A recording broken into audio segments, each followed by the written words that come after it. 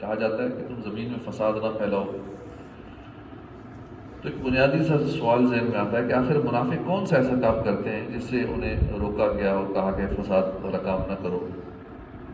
اس زمن میں مفسرین کرام منافقوں کے چند کاموں کی نشاندہی کرتے ہیں کہ غیر مسلموں سے ایک تو دوستی رکھنا۔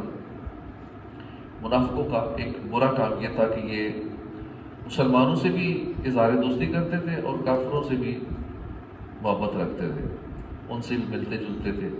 گویا کہ ان کا کردار ایسا تھا کہ باغباں بھی خوش رہے، راضی رہے صیاد بھی، دونوں کو راضی رکھتے ہیں۔ اور یہ بھی منافقین کی علامت ہوتی ہے کہ ادھر ہی بنا کے رکھی، ادھر ہی بنا کے رکھی، لوگوں کو آپس میں لڑوا دیا۔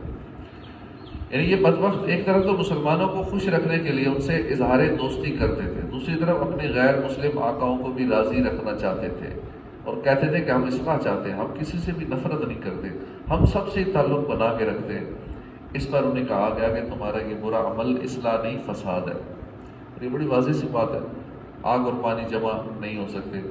اگر ہم آگ اور پانی کو جمع کرنے کی کوشش میں لگیں گے تو آگ پانی کو جلا دے گی، پانی آگ کو بجھا دے گا، نہ آگ رہے گی نہ پانی رہے گا۔ بجلی کی دو تاریں ہوتی ہیں، ایک ٹھنڈی گرم، دونوں الگ الگ رہیں تو بلب جلتا ہے، دونوں اگر مل جائیں آپس میں تو کیا ہوتا ہے، بجلی کا سرکٹ جل جاتا ہے۔ اسی طرح جس سے اللہ رسول نے محبت رکھنے کا فرمایا اس سے محبت، اور جس سے بیزاری کا حکم دیا اس سے بیزار ہوں گے تو معاشرہ سیدھے راستے پر رہے گا۔ اگر یہ فرق ختم کر دیں گے تو فساد پھیلے گا، معاشرہ تباہ و برباد ہو جائے گا۔ تو اس سے معلوم ہوا کہ برے لوگوں سے بیزاری کا اظہار کرنا بھی ضروری ہے۔ بڑے افسوس کی بات ہے کہ آج کل کچھ لوگ ایسے ہیں کہ جو کہتے ہیں کہ کسی کو برا نہ سمجھو، سارے اپنی اپنی جگہ ٹھیک ہے، وہ بھی ٹھیک ہے، وہ بھی ٹھیک ہے، فلاں مولوی بھی ٹھیک ہے، یہ بھی مذہب ٹھیک ہے، وہ بھی ٹھیک ہے، ایسے سب ٹھیک ہے جی، کسی کو ہم برا بلا کہتے نہیں۔ لا حول ولا قوت الا باللہ۔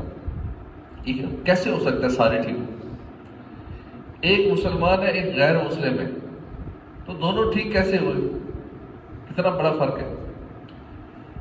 ایک اللہ پاک کو ماننے والا ہے، دوسرا اللہ کا انکار کرنے والا ہے، سب ٹھیک کیسے ہو گئے؟ اس کو کہتے ہیں سارے کافر بھی ٹھیک ہے، وہ بھی ٹھیک ہے، وہ بھی ٹھیک ہے، مسلمان یہ باتیں کر رہے ہوتے ہیں۔ ایک سچا ہے ایک دوسرا جھوٹا ہے، تو دونوں کیسے ٹھیک ہو گئے؟ ایک نمازی ہے ایک بے نمازی ہے، دونوں ٹھیک کیسے ہو گئے؟ ایک ہے ماں باپ کے ہاتھ چومنے والا، دوسرا ہے ماں باپ کو گالیاں دینے والا، مارنے والا، تو ٹھیک کیسے ہو گئے دونوں؟ سب ٹھیک کیسے ہو گئے؟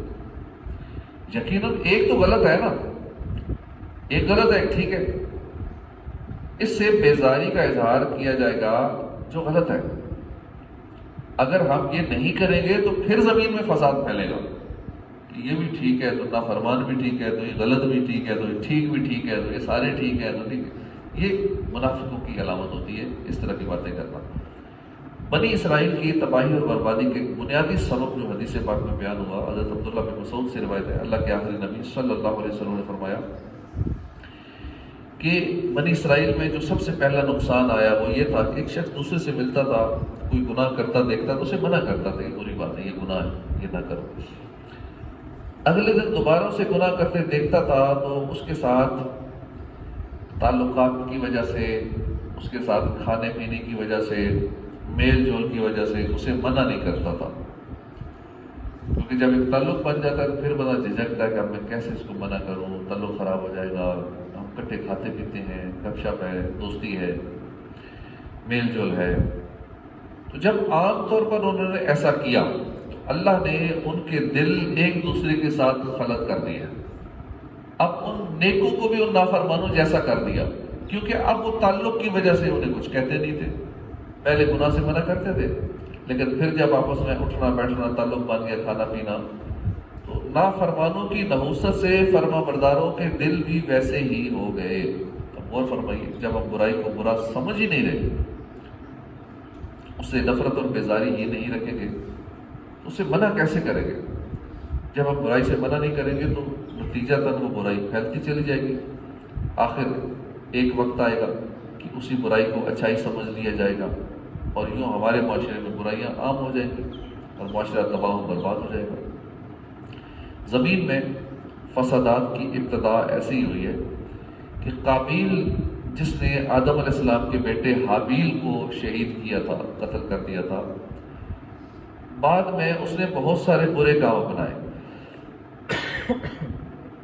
پہلے قتل کیا، پھر اس نے شرک اور کفر کا راستہ بھی اختیار کیا، پھر اس کی اولاد میں زنا بھی عام ہو گیا، فتنہ بھی عام ہو گیا، فساد پھیل گیا، اور پوری دنیا میں پھر فساد پھیلتا چلا گیا، اور آج دن تک فساد پھیلتا جا رہا ہے. جب آدم علیہ السلام نے قابیل اور اس کی اولاد کا ایسا برا حال دیکھا، ایک تو قتل کیا، آدم علیہ السلام کے دوسرے بیٹے کو حابیل کو قتل کیا، اور پھر آدم علیہ السلام نے اس کی آگے اولاد کا حال دیکھا کہ کس طرح برائیوں میں پڑے ہیں، شراب میں، بدکاری میں. تو آپ نے حضرت شیث علیہ السلام کو وصیت فرمائی کہ قابیل اور اس کی اولاد سے مکمل طور پر بائیکاٹ کرتے ہیں، ان سے نہ تعلق رکھے، نہ کوئی ملے، ان کے ساتھ نکاح وغیرہ رشتہ داریاں بھی نہ کی جائیں. حضرت شیث علیہ السلام نے اس نصیحت پر پورا پر عمل کیا. پھر ایک عرصے تک آپ کی اولاد بھی اس پر عمل کرتی رہی. اہل ایمان کا قابیل اور اس کی اولاد کے ساتھ کسی قسم کا کوئی تعلق نہیں تھا، جس کی بدولت معاشرہ پرسکون تھا، دنیا کے حالات ٹھیک چل رہے تھے، کوئی فتنہ نہیں تھا، کوئی برائی نہیں تھی، فساد نہیں تھا. پھر کافی عرصہ گزر گیا، اگلی نسلیں آتی رہتی ہیں، پچھلی نسلیں دنیا سے چلی جاتی ہیں، کرتے کرتے ایک وقت آیا کہ اہل ایمان نے، یعنی آدم علیہ السلام کی جو وصیت ہے وہ تو بھول ہی گئے سارے، کیا ہمارے باپ دادا نے نصیحت کی تھی. پھر اہل ایمان نے قابیل اور اس کی اولاد جو غیر مسلم تھے ان سے نفرت ختم کر دی، آپس میں میل جول، سلام دعا شروع ہو گیا، رشتہ داریاں بھی ہونے لگی. پھر محبت کا رنگ اختیار کیا ان رشتہ داریوں نے. آخر قابیل اور اس کی اولاد کا کفر اور ان کی دیگر برائیاں معاشرے کے اندر سرایت کر گئی. پھر وہ وقت آیا کہ لوگوں نے کفر اور گناہ کے اسی رستے کو درست سمجھ لیا کہ ہاں یہ بھی کوئی اچھا کام ہے، کفر بھی کوئی ٹھیک کام ہے، گناہ والا کام بھی ٹھیک ہے، چونکہ مکس اپ ہو گیا سارا معاشرہ، یہاں تک کہ زمین کفر اور گناہ سے بھر گئی. پھر اللہ تعالیٰ نے نوح علیہ السلام کو بھیجا. جب یہ سلسلہ ہو گیا کہ پوری دنیا میں برائیاں اتنی بڑھ گئیں، اور تب بڑھی کہ جب انہوں نے آدم علیہ السلام کی ہوئی نصیحت کو، وصیت کو چھوڑ دیا کہ ان لوگوں سے نہیں ملنا جو برے ہیں، گناہ کر رہے ہیں، غیر مسلم ہیں، جو قابیل کی اولاد میں سے تھے، ان کے ساتھ تعلق نہیں رکھنا، دور رہنا ہے. جب تک تو وہ دور رہے تب تک دنیا میں کوئی فساد نہیں تھا، کوئی گناہ نہیں تھا، سب ٹھیک چل رہا تھا. جیسے ہی ان نیکوں نے ان بروں کے ساتھ تعلقات رکھے، اٹھنا بیٹھنا، کھانا پینا، رشتہ داریاں، شادیاں، آپس میں محبت کا سلسلہ بڑھ گیا، تو اب دنیا میں کفر، گناہ اور یہ سلسلہ عام ہو گیا. اتنا عام ہو گیا کہ اللہ پاک نے نوح علیہ السلام کو بھیجا. 950 سال نوح علیہ السلام تبلیغ کرتے رہے، اور تقریباً 80 کے قریب لوگ آپ کی بات مانے. 950 سالوں کی کوشش سے 80 لوگ. ہم لوگ 2-4 کو دعوت دیتے ہیں، پھر گھبرا جاتے ہیں کہ ہماری کوئی بات نہیں مانتا، ہم نے اتنوں کو دعوت دی ہے، سنتے نہیں ہیں. تو اللہ کے نبی، وہ بھی نوح علیہ السلام، وہ بھی تبلیغ 950 سال نیکی کی دعوت دیتے رہے. انہیں ان کے اصل دین، اصل راہ ہدایت کی طرف بلاتے رہے، مگر ان کے دل کفر پر پکے ہو چکے تھے. اب وہ غلط راستے کو ٹھیک سمجھ بیٹھے. آخر وہی ہو جو ہونا تھا. اللہ پاک نے سیلاب کا عذاب بھیجا، پانی کا عذاب بھیجا، پوری دنیا میں پانی آ گیا، ہر چیز تباہ و برباد ہو گئی. یہ ہے زمین میں فساد. ابتدا کہاں سے ہوئی؟ وہ نفرت اور بیزاری جو قابیل کی اولاد کے ساتھ رکھنے کی آدم علیہ السلام نے نصیحت فرمائی تھی. جب دلوں سے یہ نفرت اور بیزاری ختم ہوئی تو فساد پھیلنا شروع ہوا. اس لیے ہم سب کو چاہیے کہ ہم برائی سے نفرت کرتے رہے. ہمارے پیارے آقا صلی اللہ علیہ وسلم نے فرمایا، من رعا منکرا فلیغیرہ بیدہ، جو برائی کو دیکھے اسے چاہیے اپنے ہاتھ سے بدل دے. ہاتھ سے نہیں بدل سکتا تو اپنی زبان سے، فبلسانہ، زبان سے بدلے.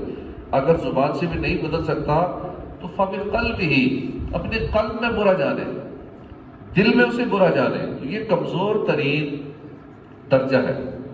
کتنا واضح ارشاد ہے. کوئی بھی مسلمان جب کوئی برائی دیکھے، چاہے وہ عقیدے کی برائی ہے، جیسے بد مذہب ہے، یہ گستاخان رسول ہے، حضور کے کبھی علم پہ اعتراض، تو کبھی حضور کی ذات پہ اعتراض، اور اور اولیاء کرام کے بارے میں برا بھلا کہنا، جتنے بھی بد مذہب ہیں جن کے عقیدے خراب ہیں ان کو برا سمجھا جائے. عمل کی برائی ہو، چاہے وہ عقیدے کی برائی ہو، چاہے کردار کی برائی ہو، چاہے گفتار کی برائی ہو، ہم میں سے ہر ایک کی ذمہ داری ہے کہ اس برائی کی کاٹ کریں.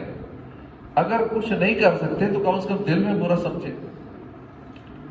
تو اللہ پاک ہمیں عمل کی توفیق عطا فرمائے، اور یہ نہ کہیں کہ سارے ٹھیک ہیں، ہم تو ادھر بھی نماز پڑھ لیتے ہیں تو ادھر بھی پڑھ لیتے ہیں، سارے ٹھیک ہیں جی، سب کے پیچھے ہو جاتی ہے تو سارے ٹھیک ہیں. تو یہی بات ہو گئی، غلط ہوئی سارے ٹھیک ہیں. کوئی نہ کوئی تو ٹھیک ہے، کوئی غلط ہے. سارے ٹھیک تو ہو ہی نہیں سکتے. ایک اچھا ایک برا ہے تو سارے ٹھیک نہیں ہو سکتے. اچھا اچھا ہے، برا برا ہے. جس کا عقیدہ ٹھیک ہے وہ ٹھیک ہے، جس کا عقیدہ غلط ہے وہ غلط ہے. ایسے سے نہ تعلق بنانے ہیں. جب تعلق بنائیں گے تو ہم نے سنا پھر کیا حال ہوا.